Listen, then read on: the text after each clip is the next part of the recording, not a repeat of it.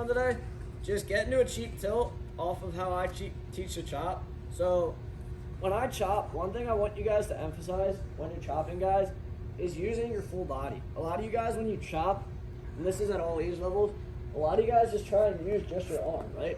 My arm and his arm are going to be pretty much equal in power, but the second I start introducing my other arm, my legs, it gets a lot easier to chop it.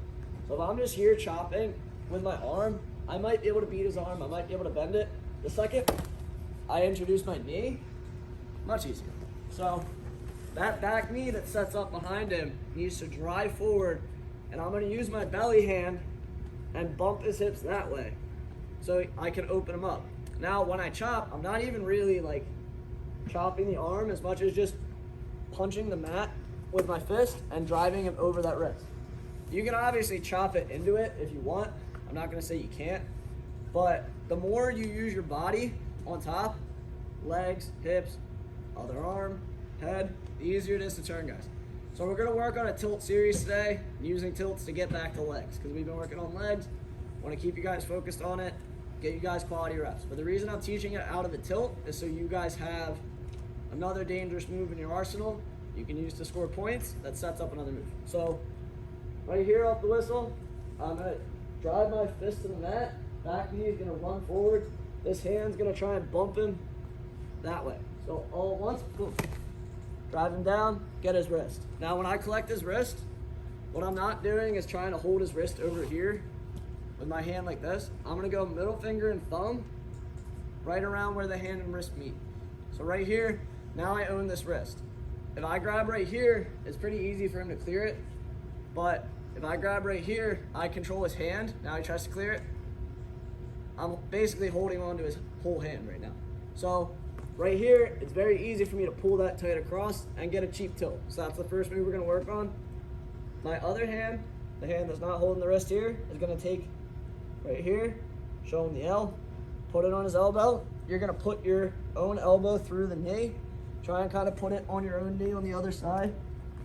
So right here, if I drive him down like that, I'm kind of trying to touch this elbow to my back knee.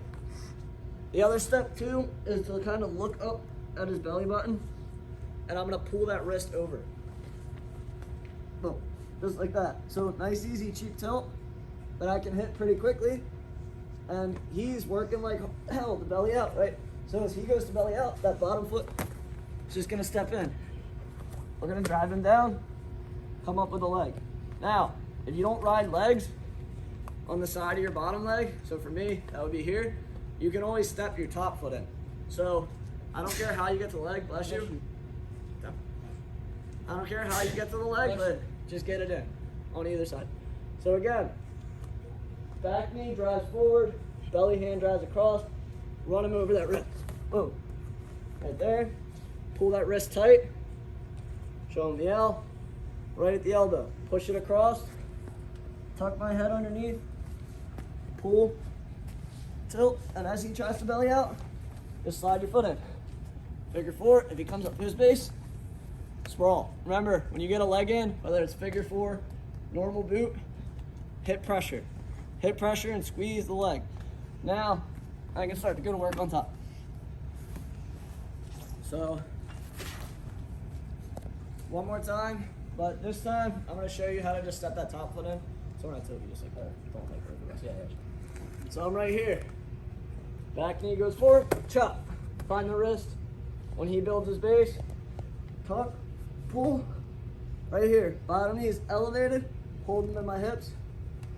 One thing I can do to make it easier to get my leg, I'm pinning my own elbow to my knee right here, just to hold that leg down. I let him start to go, grab the leg, and then I step that leg over.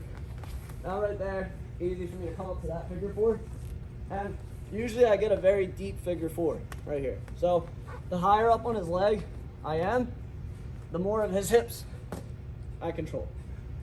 The lower on the leg I am, so go back down.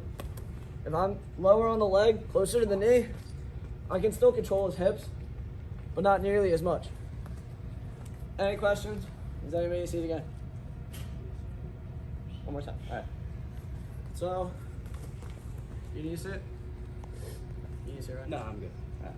So again, right here, back knee, one of the most important parts of the move. Chop, drive my fist to the mat, drive him over it. Right here, pull the wrist across, boom. Nice easy tilt. As he bellies out, if I want legs on this side, grab, put my foot in, figure 4 just to secure the leg. Then I'm gonna show you guys how to go to work on top. All right, so we're gonna do 7 minutes here. Ready? 3, 2, 1.